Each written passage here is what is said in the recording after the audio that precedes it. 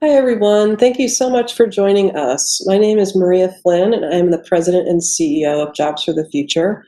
And I am thrilled to kick off the second episode of It Started at Horizons.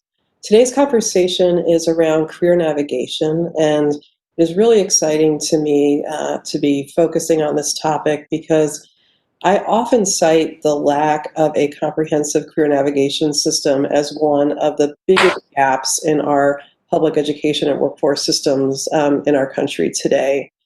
And as we think about, the devastating health and economic crisis that we're in the middle of, I really believe that we have an opportunity as a nation to reimagine career services for our rapidly changing economy, and that we can seize this moment to redesign career navigation for the future with an explicit focus on racial equity and by keeping the needs of learners and workers at the center.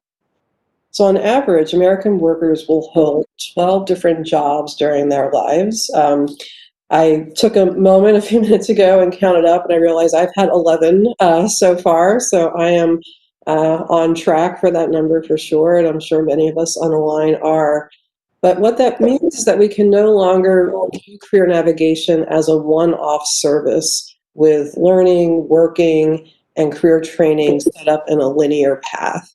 It's really going to be a cyclical process that requires workers to weave in and out of learning throughout their careers. And career navigation services that connect workers and learners to networks, to resources, and to the opportunities that they need for career advancement and economic advancement are going to be critical to charting this path. So the good news is that there are some really exciting new tools and services available to help workers and learners navigate this rapidly changing landscape. And just last month, JFFLabs highlighted some of these innovative technologies in a career navigation market scan. So this scan, which you can find on our website, features new collaborations across the private sector, nonprofit sector to bring workers, learners, employers, educators together, both in an immediate effort to support workers who have been displaced by COVID, but also in the long run to empower future leaders from diverse backgrounds. And while the scan is focused on tools for adult learners, here at JFF, we also explore career navigation in the K-12 field, in post-secondary education, and we do that through two platforms: Possible Futures, Possible Selves, and My Best Bets. And Clare Bertrand is going to be on our panel today. She's going to be talking about that in more detail, and she is the Director of Best Bet Services here at JFF.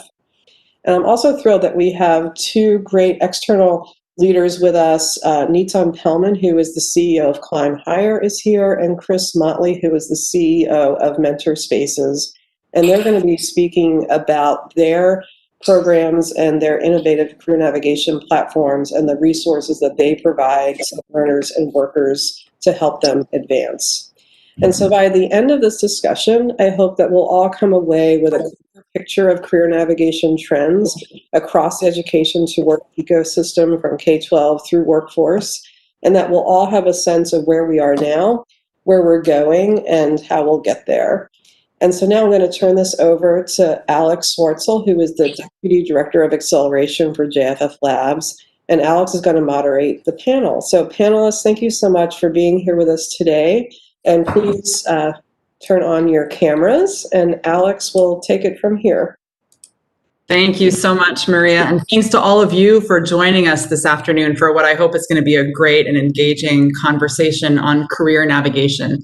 So at JFF, we think about career navigation as the process by which people discover their strengths and interests, learn about opportunities, and connect to eventual jobs or career pathways, as Maria said, not just once at the beginning of their working lives, but as we know now, throughout the course of their working lives.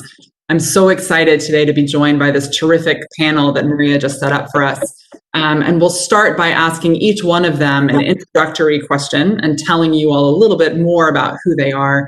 And then we'll turn to a group conversation.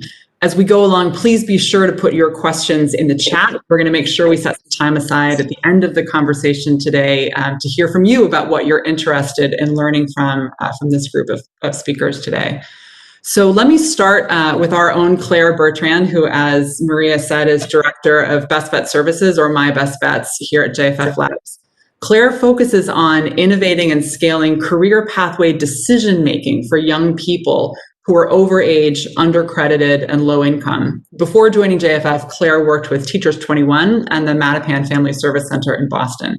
So Clare, can you start by telling us a little bit about My Best Bets? And what do you see as being the key components for a high quality career exploration and navigation system in K-12? Sure, thank you. So I want to first thank my co-panelists, Maria Flynn, you, Alex, and to everyone who joined us on the webinar today. Thank you. So I'm just going to jump right in. My name is Clare Bertrand, as Alex mentioned. I am the co-founder of My Best Bets, which was incubated at JFF and now lives within JFFLabs. My Best Bets is an online career and education decision-making platform that helps learners earn credentials that employers value and find good jobs with long-term potential. The platform was built to serve low-income 16 to 24-year-olds who have previously been disconnected from education in the workforce. We work nationally with community-based organizations, state agencies, high schools and districts, and national youth serving networks. For example, we currently work with 120 Job Corps centers nationwide. What students are doing on the platform, with the help of adults working with them, is finding their best bet, hence the name My Best Bet. A best bet is a post-secondary program that leads to a credential with value in the local labor market. The idea is that we help students individualize their planning and expose them not just to in-demand careers, but also the post-secondary programs that provide credentials that act as an on-ramp to those careers. These post-secondary programs can include college, short-term credentialing programs, apprenticeship, military, coding boot camps. There are a variety of options out there, as we all know. The idea is to bridge post-secondary and career for young people, because we know many students will be working through their education or stop out because of a variety of pressures, or just pick work over post-secondary. And that's fine, but My Best Bets is meant to ensure that these decisions are made with the right information in hand and that a young person understands all of their post-secondary options and choices. So, with this in light, like, what are some of the key components of a high-quality career exploration and navigation system in K-12? Like, what should it look like? So I think, first and foremost, it should be equity-driven without perpetuating historic biases, right? So we want all learners to access and navigate career pathways and networks while accessing the support necessary for equity and mobility, especially those who've been historically underserved. We want to design and develop navigation as a skill, right? Like, so career navigation, a system should be supporting navigation as a skill itself, because developing navigation skills means that you're developing growth mindset, decision-making, critical thinking, goal setting. Obviously, it should be learner-centered and individualized. So the navigation should center around learner interests, talents, and goals. It's user-friendly. So it leverages good design principles to facilitate engagement, whether using tech or not. So again, some people have access, some people don't. We can all navigate our career options and post-secondary options in different ways. It should be facilitated and augmented by a professional educator or counselor. So again, the adults working with students in K through 12 need to understand future of work skills, right? They need to understand the local labor market themselves and understand social capital in order to help support career navigation for young people. Navigation, of course, should be aligned with employer needs and local labor market. This enables sort of understanding around return on investment for post-secondary programs. And essentially, again, back to sort of being equitable, right? I believe, and JFF and JFFLabs believes that career exploration and navigation can really help promote equity and get people on a pathway towards economic mobility. So that's essentially sort of my overview of my best bets and some of the key components of the K-12 system. Thanks, Claire. That's terrific. And I love what you said about setting my best bets up as a way to help young people make decisions with the right information in hand about what's best for them in their careers. I want to turn next to someone whose company is really, in a lot of ways, built around that very principle, and that's Chris Motley, who's the founder and CEO of Mentor Spaces. Mentor Spaces is a virtual mentorship platform that's designed specifically for underrepresented students and early career professionals from diverse backgrounds. Before Mentor Spaces, Chris spent 6 years as an EVP and director at a global textile manufacturer. And before that, he spent some time at Goldman Sachs. So Chris, tell me a little bit about the current state of career navigation in college, especially for students of color, and how does Mentor Spaces help connect the dots to make sure that those students have, just as Claire said, the information that they need and the skills they need to be able to make decisions about their careers? Yeah, sure. And just to echo some of the points that Claire mentioned, really great to be here and happy to share some of my perspective. So to answer your question, Alex, I think number one about the current state of sort of career navigation in colleges and universities across the country is, with the exception of moving things online, very little has changed. And number two, I think that the approach historically has been about kind of providing information, but we know that information is not enough. You have to get someone to want to consume the information, or if they receive the information, to even know what to do with it. Does the language make sense? Does it matter to my context? These are some of the questions that young people, particularly those of color, have. And so through a lot of trial and error to get us to this point in our company with Mentor Spaces, we learned that the hard way. Repositories of information don't work because people really lack confidence. And part of that lack of confidence is a function of just not having the network, knowing people who have various roles in various career paths in companies that can sort of inform why a young person would do something. What Mentor Spaces does in particular is creates these group mentorship cohorts where we're connecting with employee resource groups whose members come onto our platform and serve as mentors across all various career paths or skills that young people will want to develop. And what we learned is that two things. Number one, when you create that connection with someone who visibly looks like you and in a career that you may be interested in, it really starts to build that confidence, both with that expert as well as horizontally and that social capital with your peer group. And then second, I think historically, a lot of people have tried to aggregate content, as I mentioned. And that, there are lots of technologies that can help you to do that. But if you aggregated people who are in the know, it's actually a better way to get the most real-time information and resources and even more context that allow these students to just really connect the dots of what they're studying, why they're studying it, and then what it will lead to in the future. Thank you, Chris. That's terrific. And I love that idea of don't necessarily think about aggregating content, but aggregate people around the content that can help the learners or the workers that you're talking to make sense of what the information is telling us. That's actually a great segue to our third panelist, who's Nitzan Pelman. Nitzan is the CEO and founder of Climb Higher, which is an upskilling organization that helps overlooked and hidden talent prepare for new collar jobs related to Salesforce. Prior to Climb Higher, Nitzan founded Re-Up Education and the New York region of Citizen Schools. So Nitzan, a lot of what I think Climb Higher does is create some of those communities around your learners where people are working in cohorts to help make sense of the opportunities that are available to them. How do you see that as being part of a set of needs that might be facing adult workers these days? And tell us a little bit more about how Climb Higher helps people meet those needs. You're on mute, Nitzan. Whoops, sorry about that. A couple of years ago, I was invited to be an entrepreneur in residence at LinkedIn. And LinkedIn had put a referral button on their platform about 2 years ago as an experiment. And what they learned by doing that was that 9 out of 10 job seekers were getting jobs through their networks and through referrals.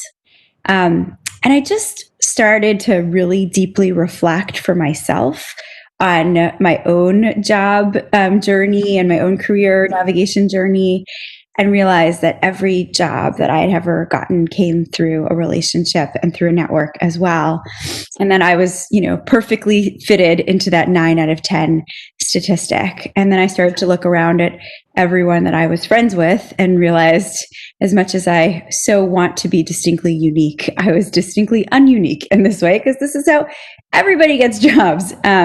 The world goes round through relationships. And my hypothesis was that there are a lot of really talented people out there who probably are working in retail, predominantly people of color, maybe have 2 or 3 jobs to make ends meet, and don't have a network to push in and to sort of get their first break. Who's going to vouch for that cadre of people? Who's going to notice that the cashier that checks you out at Trader Joe's or Whole Foods, or the person who sells you your phone at the Verizon wireless store, or the person who packs your boxes at the Amazon warehouse are, high potential talent? Like, you just maybe don't think that they are. And what we've discovered over the last year and a half of working with these really talented people is that that is what they are. They have so much aptitude, motivation, drive. They're holding down multiple jobs, just trying to make ends meet very barely. And that they really want to build a skill and break in. And those two things are connected. My good friend Julia Friedland Fisher says you can't network your way out of poverty. You need a skill and you need a network. You need both. So we focus on both of those things together in equal parts. So we train people up on the Salesforce administrator certification. But to be honest, it's just a credible way to break into a new industry. It's not about Salesforce. It's not about a specific job within the Salesforce ecosystem. They're getting hired into almost every entry-level job out there. But what it does is it gives them a credible skill signal to say, I got selected out of, X number of applicants for this program. And then I spent 5 months dedicating 15 hours a week to my learning on top of my very chaotic schedule after that. I did it at nights and on the weekends and sort of in between the margins and the cracks of my life to sort of push in. And I did that for 5 months. And then when you go to an employer and you say, this is what this talent is, they're de-risked, they're vetted, they're credible, then we lend our social capital to them and they get hired, and then they lend their social capital to the next climber. And so we've built a really intentional community of everybody giving and paying it forward. And what we mean by that is that once you break into a middle-class job coming from our community, then your job is to look for opportunities for the next person and pull them in with you. And so we have that ethos and that mentality. We say our motto is that we're a community, not a class. And our alumni come back as the near peer educators and the teachers and the coaches and the mentors to serve the next cohort of climbers. And that is how they pay it forward. They stay connected to our community. They help the next crop learn the skills that they've learned. And then they know them. And when their community and when their employers and their colleagues say, hey, you're awesome, where are there more of you? Then they're in a prime position to say, oh, I know where lots more of me came from. And that's how all of us, we're asked for referrals constantly. And so we're just building an alternative referral network through hard work, through community, through support through peer support and through colleagues to build an alternative network to what people might get in college if they go to a 4-year institution and they live in the dorms and they sing in a cappella clubs and they join a frat or a sorority and they play lacrosse. Like, those are the ways that people build network. And I'd say that a lot of people don't get those opportunities. And that is what we're trying to do with the climbers.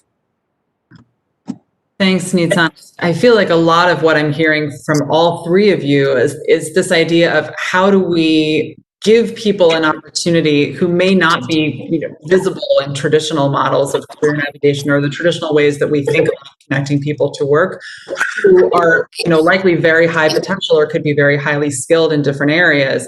And so I'm hearing each of you talk in different ways about what can be those signaling mechanisms that help distinguish signal from noise and help people stand out for opportunities. That some of those things can be, gaining a skill credential or to use that as a signaling mechanism.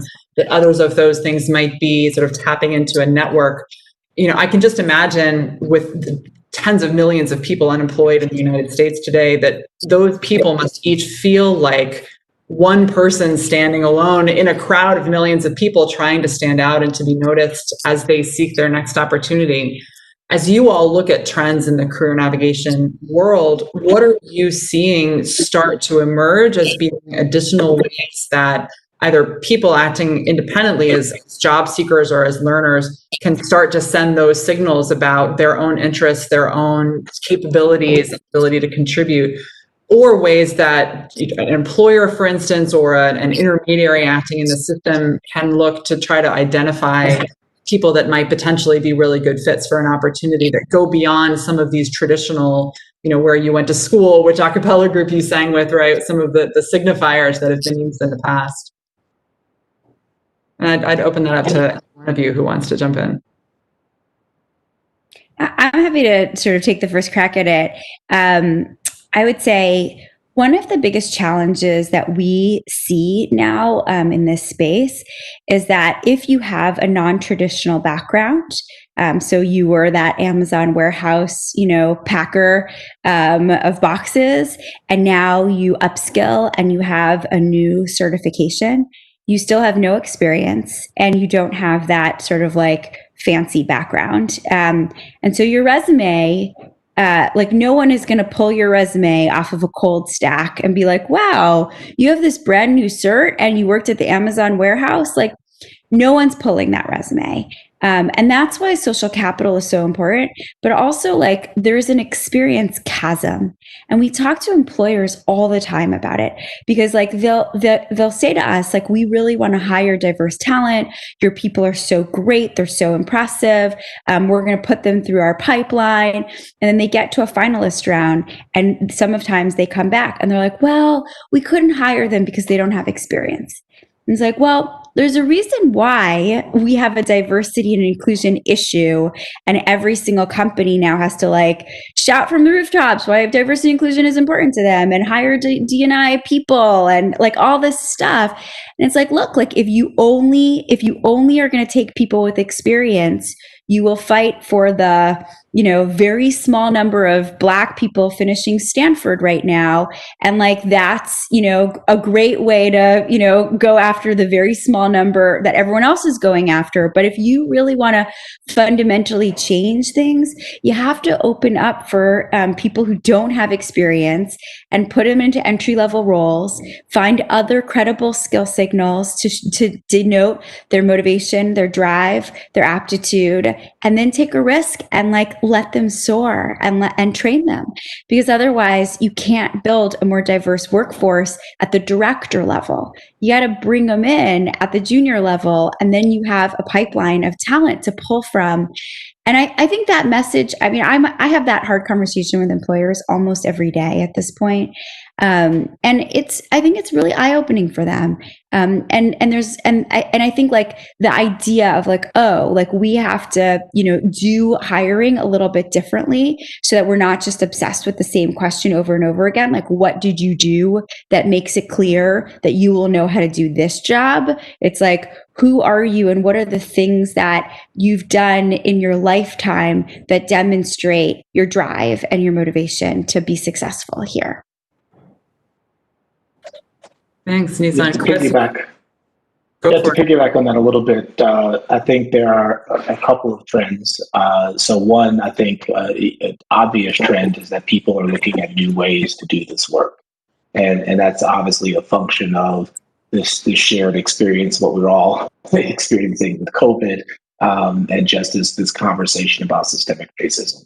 So I think a positive trend is that people are actually looking for ways to do the work. And I think that's very exciting for entrepreneurs in this space. I think another big trend that we touched on a little bit is just the importance of community. And in community is very different from an audience, right? I was on a call yesterday and someone said, remember that guy who did the Gangnam style sort of video? I mean, it was like the most views ever, right?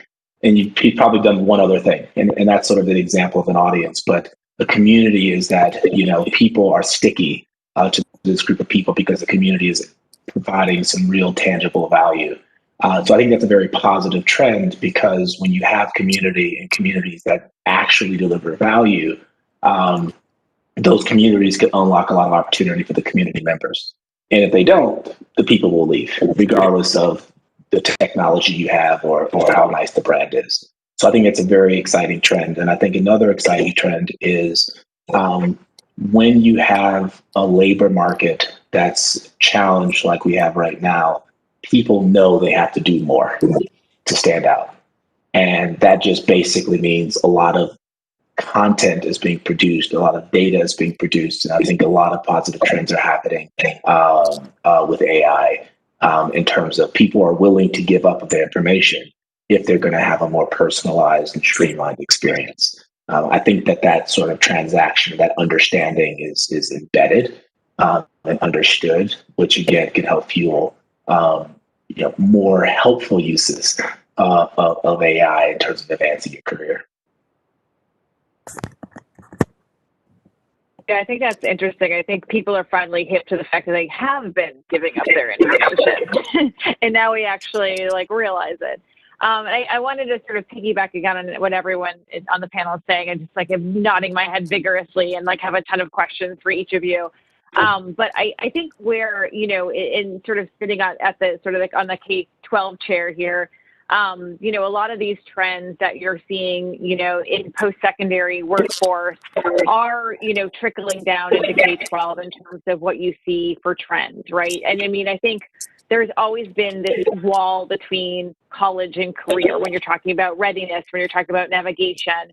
And we are seeing that wall is coming down a bit, right? And I think there's a lot of opportunity with the new technologies coming out and with, career navigation platforms that are serving K through 12, really understanding that, future of work, a talent development pipeline needs to start in 6th grade, right? How do we build experience for young people? Work-based learning, thinking differently about how we educate.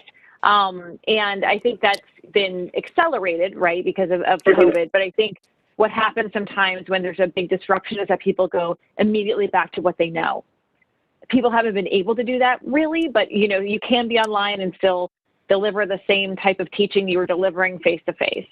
So I think with career navigation, there's an opportunity to connect sort of post-secondary, especially now we're planning for post-secondary, to career in a way that helps a young person understand return on investment, helps them understand sort of what are the skills that I need that are transferable, that are maybe COVID resistant, that I can name myself so I can actually say all the things that you all are saying about sort of what I can get from my community, how do I leverage social capital. And I also love what you said, Nitzan, about how to climb higher lends social capital to the people in your program. and then they lend social capital to the people who are coming up, those climbers. How do we scale that, right, at a systems level? How do schools, how do post-secondary lend their social capital? The educators working within there, the counselors, advisors, navigators themselves, how do we start building the knowledge base around that and mobilize this understanding of social capital? And I think we're moving in that direction, especially with your companies and other innovative companies and some of the work JFF is doing. But I think it's sort of interesting that this is coming up now, and how do we leverage technology, and then also leverage just how we start talking and interacting differently with students in K through 12, post-secondary, than our worker learners who are out there trying to upskill themselves. So I ended with a question. Sorry about that, Alex. But I don't know if we want to sort of continue on that vein, or we can just leave it for to just be in the ether. But I love that, Claire, actually, because one of the things that I was mulling over as I was listening to all of you is this idea of creating this continuum, right? Because we know that career navigation is a cyclical process. Maria cited the statistic that we've probably all heard, that we'll all have 12 jobs at least over the course of our lifetimes. And, that, I think, if you think about it from the employer perspective, harkening back to what Nitzan said a few minutes ago about how do we think about doing hiring differently? How do we think, as Chris said, about sort of personalizing a hiring experience for people? If I'm an employer and I'm anticipating that I'm a workforce that might move around and change quite a bit over the course of the next, 1, 3, 5, 10 years, that might be a tough ask to say, oh my gosh, I have to start recruiting people in 6th grade. How do we think of all of these things and stitching these pieces together?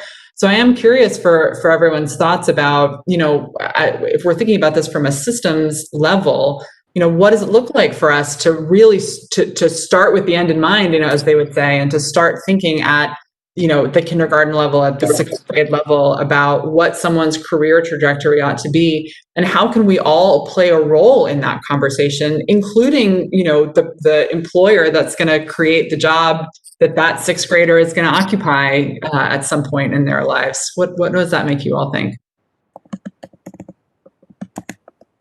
Well, I think the first thing that comes to mind for me is something that Nitzan said is that is sort of the social capital sort of gets passed down. So I don't necessarily think the companies know the job that's going to exist by the time that 6th grader is ready to work. And really what's more important from the educator side is that people have sort of that learning agility, are able to connect the dots between sort of, people tap into their natural skill sets to do a bunch of activities, otherwise known as a job, to deliver value to a customer, right? I mean, the earlier that people understand that sort of connection and what does work mean and how is value created, regardless of whatever the job is, they have a framework to operate and navigate. I think a lot of frameworks that you use in sort of the entrepreneurship space, for example, like a business model canvas. I mean, part of the reason why that framework has been very revolutionary to many people is because it assumes that companies eventually die, but the business models will not. And I think that while the relationship with employee and employer will always change, the reason why they're there will not. And my personal perspective is that people are not really connecting those dots in a way that allows them to really understand how to show up well to communicate their value, right? Even if they didn't have a traditional internship or micro internship or directly relevant experience, the extent to which someone understands the purpose of a company and the purpose of that job and how that job creates value, they will be able to draw on some of these other experiences to demonstrate the value to that employer. So it's one part understanding the frameworks of like the nature of work. And then the second part is recognizing that, and I'll just use mentor spaces as an example. It's not my job per se to try to educate everyone. I just need to educate the person who can influence 10 other people, and they influence 10 other people, and they influence 10 other people. And my job is to create the mechanism to do that because that's how you can kind of get, if you talk about social capital, okay, let's say it's a system, how you get that capital sort of flowing efficiently in that system. And it's really by taking and leveraging and amplifying the unique perspectives of everyone in a community context. I'll jump in and sort of take Claire's question about like, how do you scale? Like, how does this scale? And I think I've thought a lot about this question as I think about scaling Climb Higher. I mean, my question is like, how does Harvard scale? How is it that if you're a senior and you're graduating and you look up, somebody, a company, and then you like go on LinkedIn and figure out who graduated from Harvard that works at this company in a senior role, and you send them a cold note on LinkedIn as a graduating senior and say, hey, like, I'm really interested in this company. And here's like one sentence on maybe why, and I'm graduating. Will you have coffee with me or do a Zoom date? They predominantly will say yes. That's what social capital looks like when you don't even know the person, and when there's like a credible skill signal or a credible network signal that, somehow validates you, even without the relationship being there. And I think that like that's part of what scale looks like, is that, you just pump more and more and more people in that system, and that system, has some sort of gate rails or guardrails around, what they're validating, and then that community starts to take care of itself. And it looks out for each other, and it has that ethos and that mindset, and that value system. And we just spend so much time on this value system inside of our community. It's how we do all of our lesson planning. There almost isn't any, like, we do so little of that sort of frontal teaching in a webinar where we're kind of like standing in front being like, here's what you need to know. It's like so much more interactive. The alumni are doing these small group exercises. We do check-in questions. We do icebreakers. We do gratitude circles. We just like do so many things that are connecting them. We have accountability partners, accountability friends, like they're in pods. They're like in all of these different ways that we're sort of pushing the network and pushing the relationships. And then we also have volunteer events. We did 13 of them for our last cohort, all on Zoom. I didn't think any of this could happen on Zoom. But, thankfully, actually, like what happened on Zoom is that more people showed up, and more people from all over the country showed up. And what we found, what I said to people, so, they got on as middle-class professionals. We did a lot of recruiting, but, at Google, at LinkedIn, at Salesforce, like lots of middle-class technology companies that, have a lot of employees that want to volunteer. And we asked them to spend time with their climbers doing LinkedIn reviews, resume reviews, mock interviews, technical mock interviews, practicing that very first ubiquitous question, tell me about yourself, and just how hard that is for somebody who came from, a cashier job. It's like, what data points do they have to tell you about how they take initiative and are problem solvers and natural leaders? And like, these are all the buzzwords in our world. And how do we, how do we help them build that lexicon? And so we do all of these things to help students practice those skills. And what I say to the employees that sign up for these events is like, if you think that this is impact because you help somebody with their resume for an hour and a half, like, I'm so sorry to be the deflator on this, but it's not. Like, impact is when you open a door and you let somebody build social capital with you and your network, and you open a door and help somebody get a job, and you allow them to build a middle-class salary and create economic opportunity and mobility. And so I'm just like really transparent. I'm like, the point is that we're giving you an excuse to socialize with somebody that you probably wouldn't have met otherwise, and see them in a different light and fall in love. And when you do that, then you should open a door. And that's what impact looks like. And I'm like demystifying every other volunteer event that happens, like, because I don't think that any of that is impact. So I think it's also about just saying the truth and like talking about how the world goes round with people who both make the world go round that way and people who don't know about those hidden secrets. I think, right, and I really like what both of you said, and I want to list something out here, is this idea of agency and providing frameworks and models for engaging, right? Like, so Chris, you were talking about providing a decision-making framework, or even just like a model for approaching a career navigation, someone, how you sort of like enter and just understand sort of like, what value does this business bring? Like, what would I bring within this business? And then, Nitzan, you were talking about the fact that, you are practicing mock interviews, you're building skill sets, you're helping people understand what it takes to sort of like navigate conversations with people that they may not necessarily talk to, or they may be in a new industry or a different industry. So I think sort of building agency within the navigator or the career seeker so they can employ those skills over and over again as they continue on their career and education journey. That's so important. And I do think that there is, something to be said about that Harvard senior that's reaching out to the alum, and then also the community college graduate who's reaching out to an alum from their community college, right? Like, there's networks look different, and social capital is valuable like across the economy and the labor market. But it's sort of like, how do you actually promote economic mobility using social capital in different environments, not just sort of very sort of like traditional models that would social capital sort of exist. So, I love the idea of just kind of teaching a person to fish, right? So they can sort of keep navigating their own career over and over again and building that social capital, and then actually like paying it forward, which I think has been sort of some of the theme of what we've talked about today too.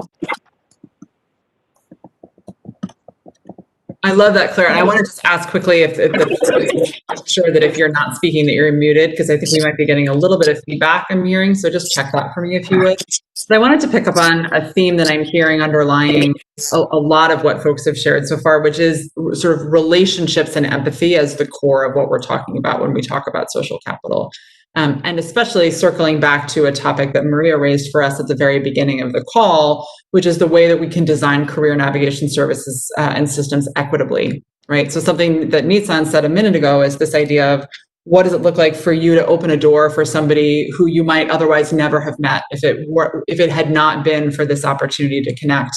And increasingly, as we think about creating economic mobility for the vast majority of American workers and learners out there, that is a great deal, I think, going to be about opening doors for people that don't necessarily look like the people who are on the other side of the door. So how have, in the work that you all do, which is for each one of you is fundamentally grounded in human relationships, I think, in a lot of respects, what would you say to people who are working within career navigation systems or building those systems about the skill sets that it takes or the mindsets that it takes to build empathy and to build relationships and to build that eagerness and willingness to form a relationship with and to open a door for somebody who may not share your background or with whom you may be connecting across very significant lines of difference? What does it look like to build up that skill and that mindset? If it's okay, I'll take this one first, just because this is like so much of the core of what we do. I learned about this term recently, like maybe 2 years ago, called homophily. I don't know, have you guys heard this word before?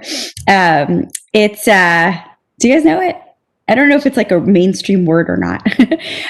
But essentially what it is people build connectedness to people that they have similarities to.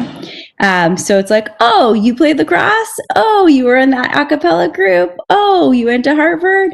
Like, those are easy forms of homophily. And it's a little bit of like how we end up in like the networks that we do, because we end up like kind of building connectedness around similarities. And what we talk to the climbers a lot about is we're like, you might very well be a different color. and come from a different socioeconomic bracket. And you might not have natural homophilies with the people that you engage with at work or in the people that you're meeting as you build relationships to get that first or second or third interview. And so we spend a lot of time giving them like pages worth of, questions and icebreakers and like all these things to sort of warm them up to like, what questions can you ask that are door opening kind of questions, that are relationship building questions, where you can find homophily that come from unknown spaces. And I think we had a climber very recently who actually got a job offer 10 months ago with a company called Simplus. And it was the climber was a Filipino guy who was a security guard at Dropbox. And before that was a car salesman. And he met this vice president of talent at this company, Simplus, who was a tall, skinny white guy who lived in the UK. They could not have been like more diametrically different and from different places and looked different and had such different sensibilities. And what Matt did in his interview process with Joe at Simplus was to sort of like help him get a window into some of the obstacles in his life that he overcame. And they realized that they both lost their mothers to breast cancer. And that became a place for homophily. And Joe told me so many times over the last year that Matt has overcome the hardest things in life, and that is why he wants to bring him to Simplus, because you can't teach those things. And like, that's where he found connectedness. And interestingly enough, Simplus ended up being acquired by Infosys, and that delayed the hiring process by a number of months. And then COVID hit, and that delayed the hiring process by another 6 months. And Matt waited and waited and waited for 10 months for a job he was offered in November. And every month he would check in with Joe and keep building that relationship. And I watched him like post things on LinkedIn, and Joe would write back and be like, "That's right, Matt. Like, I relate to this." And like, they were continuing to build this homophily. And after 10 months of Joe telling me and Matt that there were no jobs and that he was so sorry, but he couldn't bring Matt on, as soon as the job market opened up again at Simplus, the first person he reached out to was Matt. And Matt started, a middle-class job there about 2 weeks ago. And I think that like that is like the work is like not thinking that relationships are transactional, like not thinking that, like, oh, if I do X, Y, and Z, like next week, this thing is going to turn into something. It's like, no, we don't know when relationships are going to pay out. We don't know when they're not going to pay out. We don't know what doors are going to open or not. And that's why we have to like just engage and like be our true selves and learn like how and what questions and how to engage. And that like is an authentic process that needs a lot of practice. It's not a natural instinct for a lot of people. It's hard. And you need to do it over and over and over again. But I think that is like a core competency and a core skill that ultimately makes you success in the long term. Thanks. I want to give Chris the last word on this topic before we start to take some questions from the folks listening in. Chris, what do you think? Sure, and I'll be brief with my comment, but I think, what I would recommend for people who play the role in helping the career navigators is to go back to some of those basic human tenets. I think homophily is a very important one, but I think another one that Nitzan just highlighted is just the art of storytelling, and it's the oldest art form, and it's the way that you can get people to sort of understand what's going on. And I think that practitioners being experts at telling stories in a way that humanizes them, makes them vulnerable, in a way that makes the person they're speaking to or coaching or advising more vulnerable as well, is part of the key. As a person of color who's doing things that very few people of color do, you don't want to keep thinking of yourself as something other than, right? And the way that we coach people and the way that I sort of navigate my life is that, you just tell stories. And when you tell those stories, it gets people engaged and it creates opportunities for homophily. So that's all I'll say on that. Let's get to some other questions. So much, everyone. This has been such a rich conversation. I'm so grateful to all of you for digging deep, not only into your experiences with the really innovative companies and solutions that you've built, but into your own sort of personal experiences. So thank you for all of that. We've got some good questions coming in, and one that I wanted to start with comes from Michelle, who touched on something that's come up a couple of times sort of indirectly in this conversation so far, which is, we know that people that are navigating careers right now are not spending every waking minute navigating their careers. They're also balancing, family obligations, potentially other part-time jobs, other learning opportunities. A lot of these ways of thinking about career navigation can be very time consuming. Reach out to someone, seek to make connections, do some homework, read and educate yourself on opportunities. That's a lot to ask for someone that's also trying to keep the lights on and put food on the table in the midst of a global pandemic. What would you say to those people that are trying, their best to juggle all of the things that they have to juggle while also being proactive about their careers? So first, I would jump in here. So first, I think we should probably put something out there on the table and just demystify something. Every single person is navigating their career, right? Everybody is trying to deliver more value, be rewarded for that value, to have a better life. And so that's point number one. Point number two is it's a mindset, and one mindset that we teach and we sort of promote and amplify is that you're running the business of yourself. And like businesses or organizations or systems, you have to put things in a proper place that allows you to advance and grow. So I think that people can be comforted by the fact that everybody's a career navigator, number one, and comforted by the fact that everyone is in many ways a shared sort of challenge these days in ways that didn't exist before. And so, you have to give yourself grace and be patient. But it's really just recognizing that, okay, this is something everybody's doing, and just having more conversations in a very empathetic and authentic way can really help unlock more opportunities. I would just piggyback on that and say, in terms of giving yourself grace, like everybody out there, you're doing enough. You are doing enough. You are enough. I think that sometimes and I also want to, highlight the challenge of, trying to figure out a path, doing that work, and, hitting real barriers. Like that's a reality. In some of the community-based organizations I work in, the students are, 18, 19, trying to get their high school diploma, a technical credential, and then thinking about what post-secondary looks like for them. And what My Best Bets can do, and programs like it or platforms like it, is just put in front of them, occupations they've never seen before, or have them start reflecting on the learning they're doing in their program, and also giving, a framework and some structure to the conversations they're having with the adults in their lives. So I think that's really helpful as sort of this kind of idea of like, you are kind of your own business. I forget how you put it, Chris.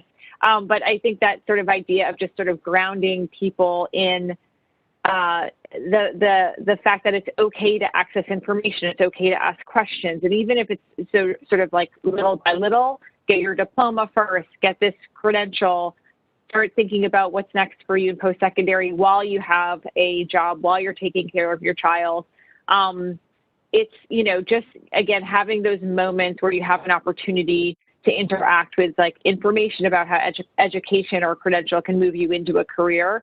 That's just a great first step. And, I think because of the technologies that are out there and the platform and say AI and how helpful it can be to sort of just like nudge you information about a job or a credentialing program, like that's helpful to folks who are juggling a lot, or, a lot more than, maybe other people. So it's a great question. Thanks, everyone. There are a couple of others that have come in stitched together a little bit, one from Sylvia and one from Kathy, who are both asking some versions of, we've talked a little bit about the need for experience, right? Nitzan talked about that earlier, that it's easy to look at sort of a traditional resume, and if it doesn't look as though it has relevant experience, then it gets set in the, do not consider further pile. And what might some of these alternative forms of experience look like that aren't necessarily, pursuing a credentialing program or having a traditional job, but that might be just as valuable as ways for people to demonstrate skill or to demonstrate commitment to a certain pathway, and potentially something that they could fit in, whether it's within the context of a job, as we think about for work-based learning, or, something that they could do if they're able to find time in between, their other family obligations. What might those sort of alternative forms of experience look like, or what are you seeing emerge? Well, one thing I can add here is that, so what is experience, first of all? You do something and you do it over and over again, right? I mean, it's such a funny thing because companies want to hire people who've just done something over and over again and not really being innovative in it. But to answer your question, and this is something I do in my interview process, when people interview with our company, they meet with the whole team, sort of the last step that I give them is say, okay, well, I want you to create a plan, a 90-day plan for what you're going to do when you come to the company. So at this point, they've met the whole team, so they have a lot of things going for them. And really what I'm trying to assess in that individual is, A, how well did they listen to all the things that they've heard from the team? I also have them do this because I want to learn. I'm just not going to waste my time interviewing people. I want to learn from people. So that's the plan that they create is really helpful. And we've gotten some really good plans. So my point is that when someone is interviewing for an opportunity and if they've done this process 5 or 6 or 7 or 8 times, well, what have they done? They created experience. And they can say, hey, Sally, I was interviewing for several companies. They were hit hard from the pandemic, but one of the leaders there asked me to create a 90-day plan based on their goals and my skills. And this is what I created. And in that one simple example, that's no fancy pants stuff, they've expressed how they think. They've highlighted how their skills and connect to the activities of the job to help the company create value. And if they've done it 6 or 7 times, that's experience.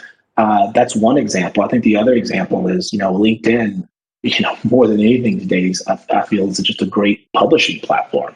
So if someone is really passionate about building community, well, I would build a community on LinkedIn or some other platform. It doesn't matter on how big it is, but if you're able to exemplify the skills necessary, the empathy, right, being very clear on what the community is going to be about, having sort of rules and goals. It's a very simple way of displaying your experience or relevant expertise. And quite honestly, it's more authentic because everybody lies. And everybody's incentivized to lie, by the way. If you have all these applicant tracking systems and people looking for certain keywords, it doesn't incentivize people to be honest. So my kind of perspective would be, and it goes hand in hand with the social capital, there are lots of opportunities and ways for people to, I hate the term, but I'll just say it, think outside of the box and really exemplify the skills and the experience that they have without getting a credential, going to some boot camp, because they're just trying to take money half the time and they don't have job outcomes. So that's my old soapbox. We don't have to go there, but that's something that I think is low hanging fruit. Yeah, I love both of those examples, Chris, especially the first one, which is the idea of if you can create a 90-day plan as part of an interview process. It connects back to something that Clare said at the very beginning, which is this idea that career navigation is a skill in and of itself, right? If you have had to figure out how to write a 90-day plan in order to apply for a job, then you have built the skill of having to be able to write a 90-day plan, which means you can then get a job that requires you to create 90-day plans, right? And it feels as though, at least to us at JFFLabs, it feels as though that's a real opportunity that we can tap into. This idea that in what ways can people use the job interview process or the career navigation process in and of itself as a way to demonstrate, especially some of this core set of professional skills, which is really exciting. I want to shift us a little bit and sort of to a related point, which is a question that comes from Evan in our audience, which is, so often, especially in the K-12 space and in higher ed to an extent as well, we're grounding our education around, core curriculum, reading, arithmetic, chemistry, algebra 2, those core set of requirements. when we know that, not just your sort of K through 12 education, but your professional life is going to require a whole range of skills, whether that's communications or teamwork or empathy, collaboration. How have you started to see the K to 12 system start to not just build in some of those core sets of professional skills that you could also see as being connected to social emotional learning, but to explicitly name those even that early on, for your proverbial sixth grader as being a core skill for career development? Are you seeing that at all, Claire? Yes, and I actually was just thinking that I love that question, because when Chris was describing sort of the idea of experience and building it up, I was thinking to myself, that's something teachers are doing with their students, right? Like, they should be having them do group learning. They should be planning out, what a student, if your student's doing project-based learning, they've got a plan. They've got a set of, deliverables they need to deliver on. And it's really just sort of, how do you actually start identifying those things in a K through 12 context? How do you start actually assessing those things in the K through 12 context, and allowing students to see that they're building a professional skill set? They are, this is their job. Their job is their student right now. And then how are these skills transferable? Not just your sort of technical skills and your core academic skills, but sort of what are the things that are happening in the classroom that promote sort of career readiness strategies? And I think that there is a lot of interesting work happening at sort of the state level around, naming these career readiness skills and integrating them into the curriculum. Like, one state I can think of off the top of my head is New Hampshire, doing an excellent job of I helping teachers assess essential skills, which are essentially career skills, some of the things that Chris just talked about. So, I think that there is very much a trend towards naming those skills, and a lot of those things are already happening. It's just sort of, how do we raise them up and allow students to understand how to name them themselves, so they can feel very empowered to put them on their resume as they get to be seniors, into college, et cetera. How do we start having these conversations so it's just natural for all of our learners, all of our workers, to talk about themselves in these ways? Thank you so much, Claire. And that's a really terrific note for us, I think, to end on. This time has gone by so fast, and I feel like I could talk with all three of you for hours and hours and hours, but I know we've got to let our terrific audience get back to their days, and to let all of you get back to your days as well. So thank you so much again for taking the time to talk through this very wide-ranging issue of career navigation, and how it's evolving and changing, especially in today's moment. I know we have quite a long way to go before all the learners and workers that we've talked to today really do have those works to have, the right ways of thinking and talking about their own inherent skills and strengths to be able to set them up for opportunities. But we're on the way there, and three of you all and your team's work is really helping us get there. I want to also thank all of our audience for joining us today for this episode of It Started at Horizons. Please do check out jff.org for more of this kind of work, including the market scan on career navigation that Maria mentioned at the top of this conversation, and sign up for invitations to future events like this. One that I want to mention in particular is coming in November, which is our next episode of this series. It Started at Horizons. That one's titled Race in Education, Past, Present, and Future. It's on November 18th, and that will feature Michael Collins of JFF having an in-depth one-on-one conversation with constitutional scholar and president of MDC, John Simpkins, about race in education, employment, and economic advancement. So I hope you all will join us for that. Please, everyone, stay safe, stay healthy, and continue doing the great work that you're doing. Thanks again, everyone. Thank you, everyone. Thanks.